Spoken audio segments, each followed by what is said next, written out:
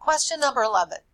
Question number 11 asks, how many black boots are priced over $50?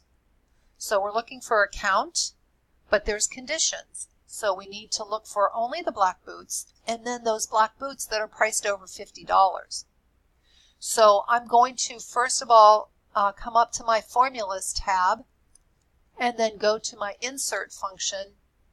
And remember, we have several different conditions and we're counting. So I need to use the COUNTIFS with an S at the end function. I'm going to hit go. It comes up in my select a function and I'm going to click on OK.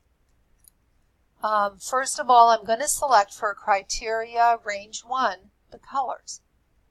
And then I'm going to identify the criteria for those colors. And the criteria is black.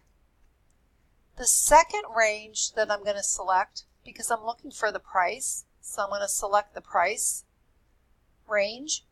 And then the criteria for this is everything that's greater than $50. So I'm going to just type in 50 and then click on OK. And I have a total of 4 black boots that are over $50.